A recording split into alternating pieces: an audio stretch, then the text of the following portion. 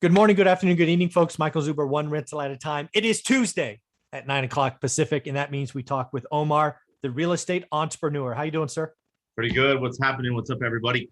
Hey, man. One thing I want to do today with you is I'm lucky enough to be invited to speak at a real estate meetup today. We're going to talk about 20 years of real estate investing, lessons learned, all that good stuff.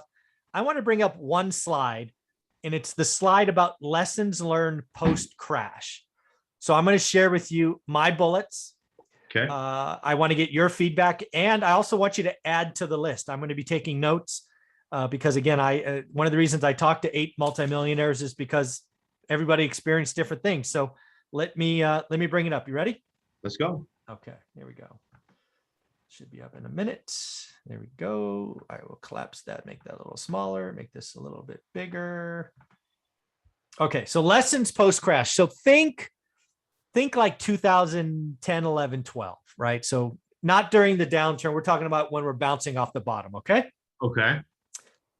So the first thing I want people to realize is real estate markets move slow, much slower than all these latest real estate gurus talking about a 40% crash immediately, right? We experienced it. My market went down like for 4 years. It went down 75%. 75%. Yeah, but it didn't do that in a minute, a day, a week, a quarter. It took 4 years, top to bottom. And I need people to realize that 4 years. 4 years, right? It's people talk about, oh, it's going to crash 40% this quarter. No, it's not. I'm sorry. It's not. It's just not. Real estate doesn't move like that. So how does that hit you? Listening to this, it's when you're saying 70% and then you said 4 years, it's slow, but because it like this marinating, Yeah, it marinates. So if you understand that it's a process, you're gonna know that, hey, just keep doing what you're doing. Yep. Over the time, like you said all the time, it's not timing the market, it's time in the market. Yes, exactly. That's what I take from this. And absolutely. that's the number one note. And the other thing that I'm going to add this. No one knows where the bottom is. So I bought every year. We bought all the way down. Yeah. So I'm going to add that. Okay. No one knows the bottom. Thank you. See, this is why I like doing this with other experts. Again, the downside took 4 years, 4+ years. And then there's my example, 264 to 75. And I share that example earlier in the Norris slide. Drive. Yep, Norris Drive. Norris Drive.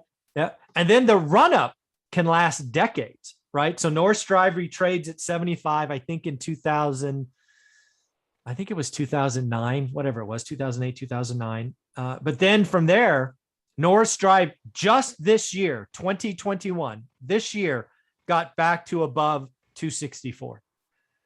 Isn't that a trip? Yeah. So I could have, right? This whole buy and hold forever thing.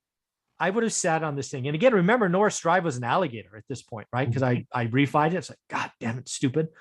I wouldn't be retired today if we just bought and hold forever, right? I buy and hold forever, except when people want to overpay.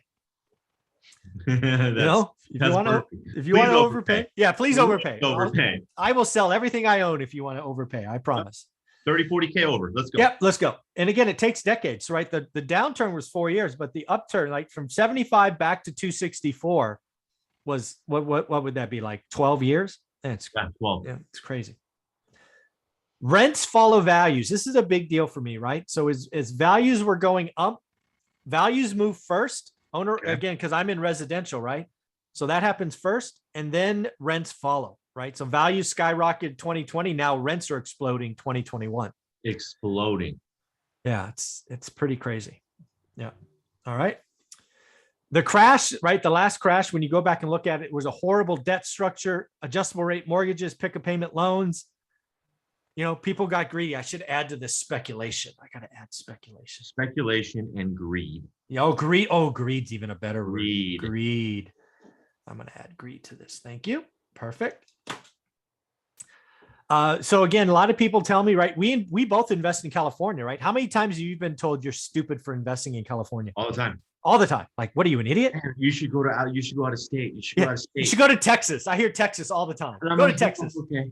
I mean, that's fine. You guys go out there. Yeah. Let me know how you do. Yeah, you go to Texas. I'm good, right?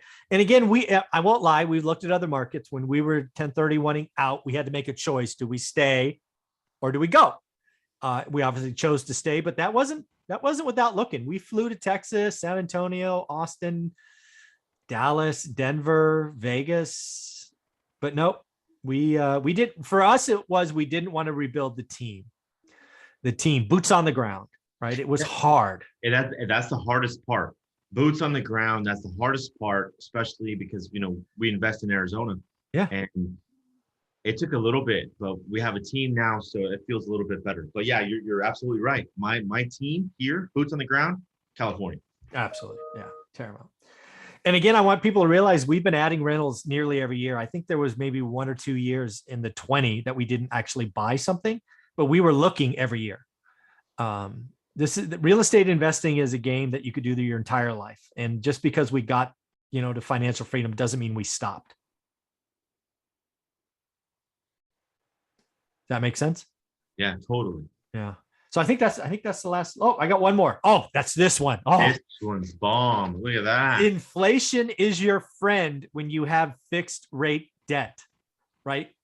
Fixed rate debt, 3%, 4%, inflation, 11%. Hello.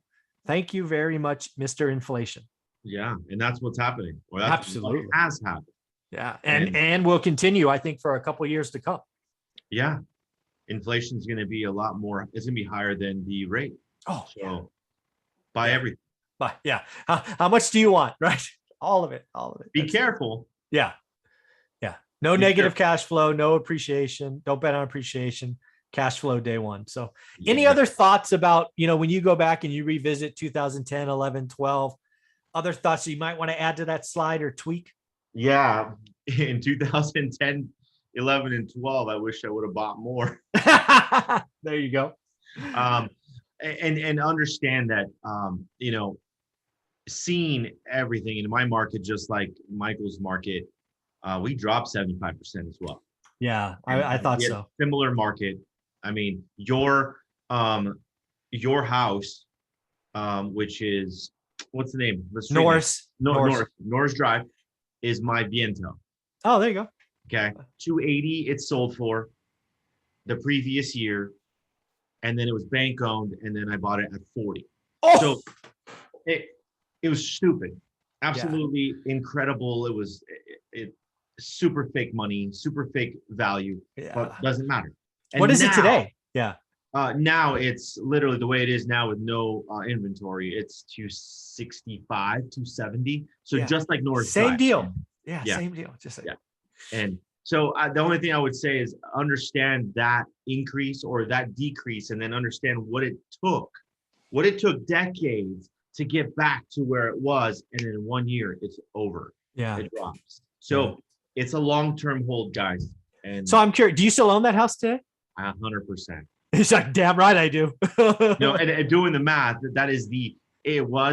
never refinanced it because I borrowed money not even against it, just to buy it. But it's $1,300 a month. Yeah. And everything is paid for. I mean, it's just stupid. It's the best performing little mini asset that I have. That's 40 grand, less than your car that you're driving.